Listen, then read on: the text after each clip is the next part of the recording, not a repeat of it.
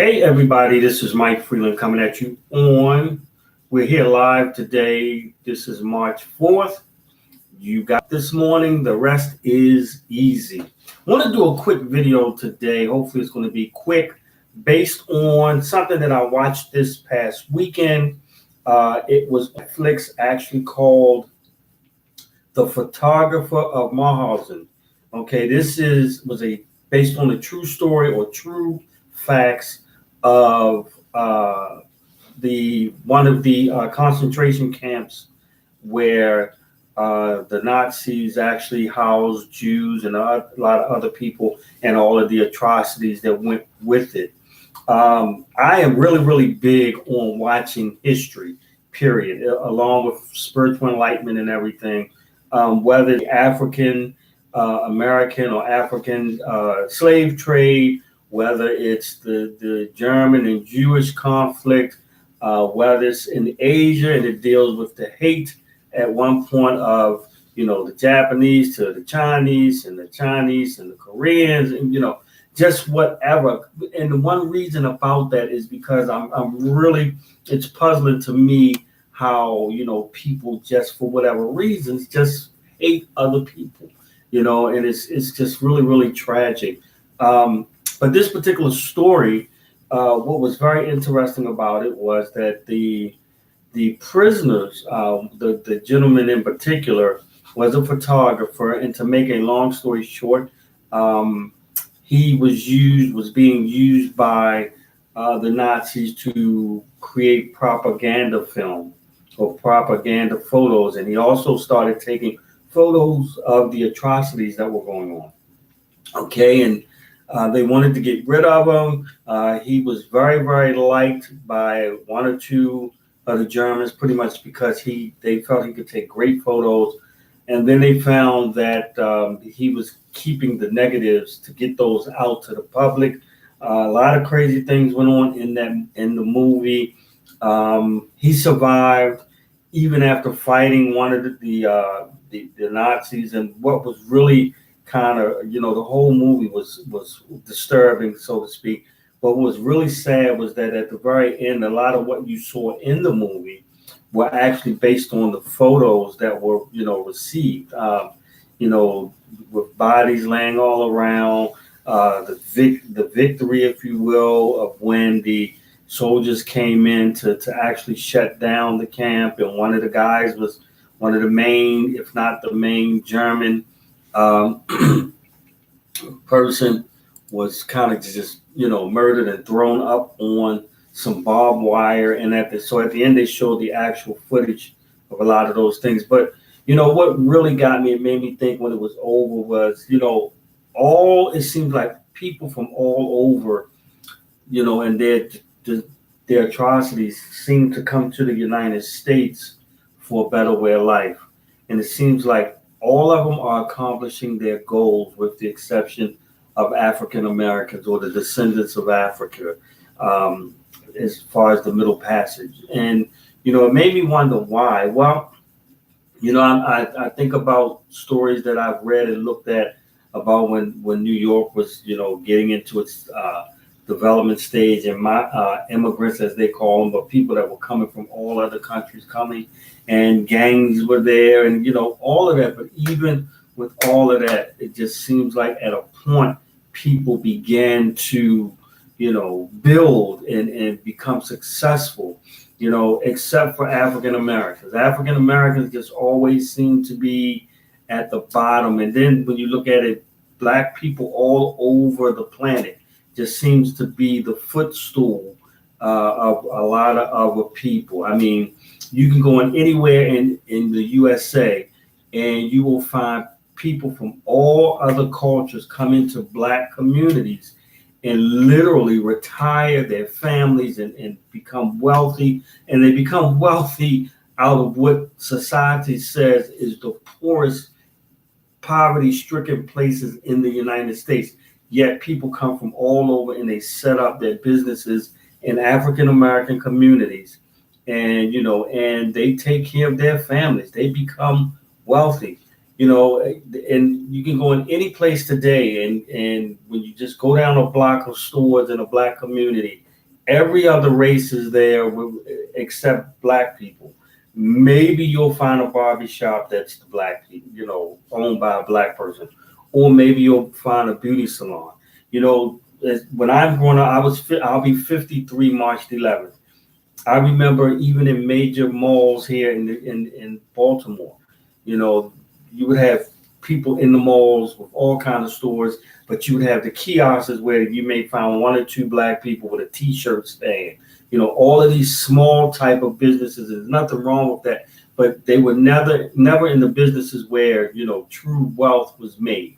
They were just satisfied with being able to say, "Hey, I'm running my own business." Yet all of these other people come from all over the world, set up a shop in the United States in black communities, and everything from eateries, hair and nail. Now the gas stations are pretty much taking over. 7-Elevens are taking. I mean, everybody, but literally black folk, and the money is just taken out of the community over and over and over again. Then, you look at people that are in network marketing. There was an article I read some years ago that was said, why black people missed the MLM explosion. And in that article, it talked about how other people get into MLM, even in third world countries, or what you consider third world countries. And they get in because they don't make much money there, and they see network marketing as an opportunity. And a lot of them create a lot of success.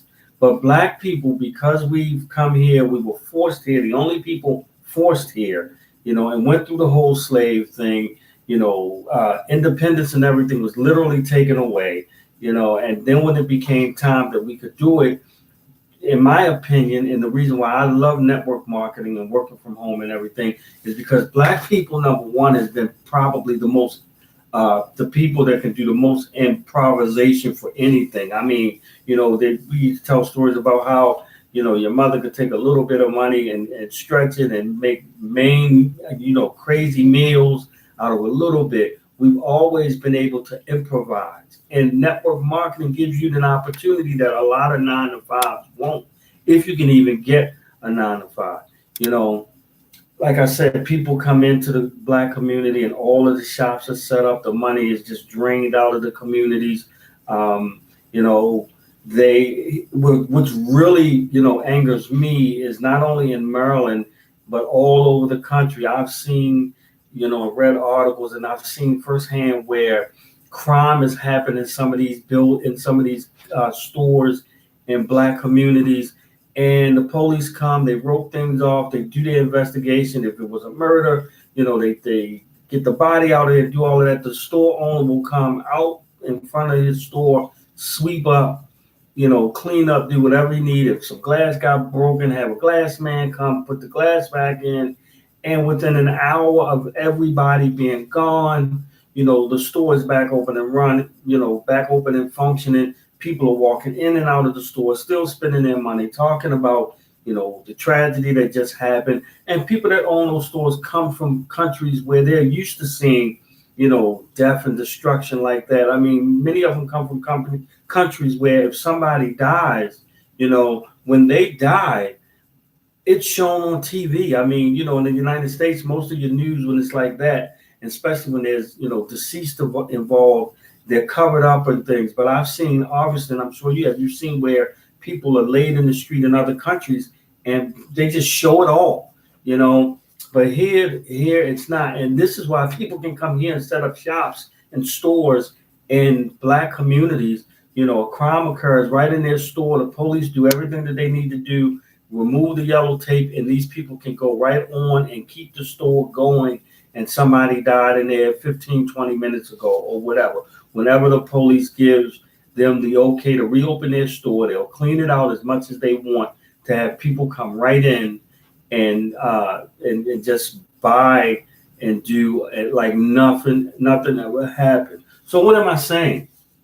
Why is it that, and I want you to think about this, and this is not nothing, this is for everybody, because no matter if you're black or wherever, whatever your race, nationality is, you can answer these questions. But I'm because I'm black and I'm coming from what I know, I'm asking, why is it that or it appears that all other nationalities can come from wherever they come to the United States, claim they really don't want to have nothing to do with black people, yet they set up shops in black communities, and drain and just drain and drain money out of the community, and then go on. And I mean, they live like kings and queens. And I'm not faulting them for it, because the system is designed for the system to profit, and it's always been designed to be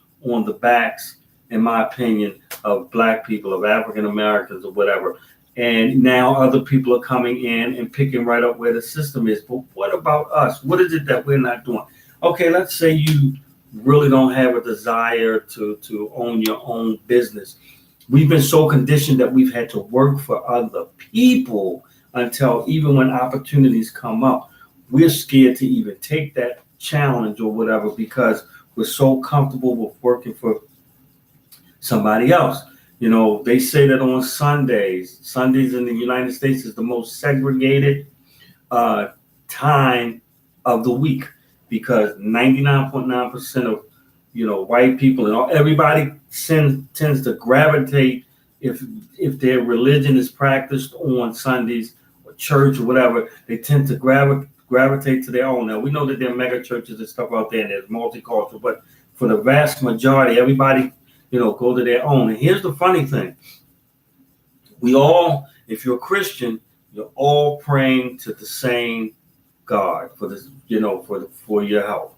But the funny thing is, black people go, or I should say white people, the business owners and all, they go and they pray and they thank God for their business, and it being successful, and the continued growth and everything. Black people go and they're praying and they're thankful for getting a job, not necessarily having getting a business and creating their own. And I'm not saying all on either side. I'm not saying all, but I mean on an average. We go to the same God, because you believe that Jesus is the Son of God. You believe the whole Christianity format. So we're going to the same God, but we're praying on two different levels. White people are praying that when they go to work Monday, they're going to have a successful day. It's going to be very productive. They're going to see profit. Black people going praying, Lord, don't let me and this coworker get, into it. I'm going praying for another job. I'm going, it's just totally different. And so for me, with actually network marketing and things, I love it. I enjoy it because it gives you that freedom. Sure, you got to work it, but you got to work. You can work this. You can work in this industry, and don't even have to work nowhere near as hard as the other. You just have to be consistent, and you can reap powerful benefits. Then that ties into what I am so involved with and love and learning and understanding is manifestation and law of attraction and enlightenment. All of those things play into this as well, as far as its success. See, the system is designed to put you in a box, to keep you there, and they have enough fear tactics and things around you to keep you there just enough for you to do what they need you to do, and then you move on. When you start researching and you learn other things, you kind of are ready to step out of that box, because you're learning other things, you're seeing other things, you're recognizing other things, and you're realizing that in many cases, a lot of things that you were brought up on may not be true, or if they are true, they're altered to benefit someone else and not you. So, you have to, in order to, even begin to do something different or receive different, you have to do different, and so from this point on, my birthday is in 7 days, March the 11th. It's my birthday. I'll be 53 years old. I've been in a process of changing a lot of things. If you go back to my channel, you can see I've done network marketing for a long time, been very, very successful. I've been, studying and researching on manifestation, law of attraction, enlightenment, I've been reading and researching on a lot of different religions and spirituality and everything. And starting on my 53rd birthday, even though I'm doing a lot now, but things are going to get more and more interesting for my subscribers and for new people and people that are surfing and coming across my page, because what we're going to be doing is showing how you can, rethink things. We're going to be showing how you can manifest and change your mindset, and literally, from the time that you change your mindset, your whole life can change for the better. I mean, you can go on YouTube and you can type in, various words, keywords and everything, and you can pull up all kind of information on, what I'm talking about, and even more things. But with everything that you look at, research, my godfather used to always say, when you're listening to information or whatever, eat the meat and spit out the bones. Pretty much meaning, take what resonates with your soul, with your spirit, with your thoughts, with your ideas, and the other things that don't, leave it there. But the bottom line is, with all I've said, all of the other cultures, with all of the hate that they have, with one another and with black people, with anybody, they tend to be able to come to the United States and make that change and do better, and build businesses and be successful. And, they get some breaks. Definitely. They get some breaks for coming in, tax breaks and all these other business breaks and all that a lot of times African Americans don't get. But, this is what I say about African Americans, improvising. This is why I enjoy network marketing, because you can literally create your own success, your own wealth, where the system doesn't afford you that opportunity anymore, or doesn't afford it to you the way that other people can get it. So with that, guys, look out for some new stuff coming in a couple days from me. We're going to be really strong about sharing and helping people to achieve their dreams and goals from the law of attraction, manifestation, a lot of different techniques and everything. I'll conclude with this. We are the only species on this planet that really have to work and pay bills and everything to survive off of what was given by the divine, by God, by the creator, in order to keep the planet going. We have to pay for it. You don't see animals punching clocks. Now, they have their responsibilities in their own little communities, depending on what they are. There's a hierarchy and all of that. I get it. But they're not not punching clocks. They're not punching a clock to get the job done, or to maintain their pride, their whatever they are. People, humans are the only ones that have to pay for water. We're the only ones that have to. If they could lock down air and make us have to pay for air, a lot of us will be dropping dead every 15, 20 minutes. You talk about depopulating the planet.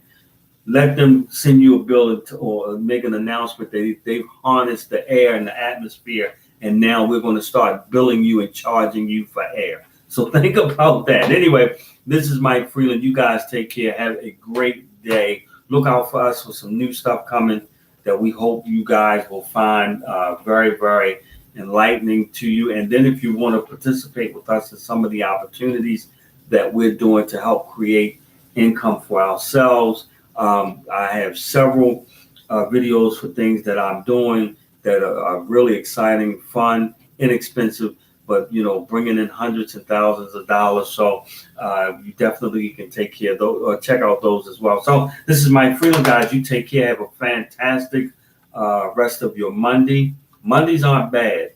Maybe what you're doing is bad. Don't blame it on the Monday. Okay? You guys take care. Have an awesome day.